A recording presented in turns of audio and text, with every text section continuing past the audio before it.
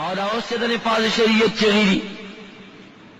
پاکستان کې سو کامیاب شوی کنه دا مو موږ نفاذ شریعت راول سن نفاذ شریعت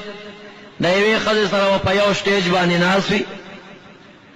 دلبر جان به یو اړخته تقریرو کې ملاګل به بل اړخته تقریرو کې برید بتاو راتاو کې نفاذ شریعت راول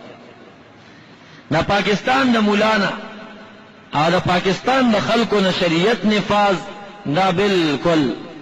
دس یو مثال لکه عنقا نوم مونږ اورېدلی چې دنیا کې شته دی خو لا چا لیدلی نه دی چې دا بلا کله پیدا کېږي او څه شکل دی د پاکستان د خلکو نفاذ شریعت د پاکستان د مفتیانو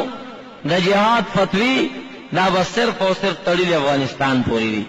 همدغه افغانستان در باندې تباه کوي او همدا در باندې ټوټه ټوټه کوي چې لږې پاکستان ته راواړې بیا د دې خلکو نه جهاد غواړه بیا یې کوي خو چې لږ د خپل سرحد نه ووړي کشمیر ته چې بل ملک تباه شي دی پکې خراب نه شي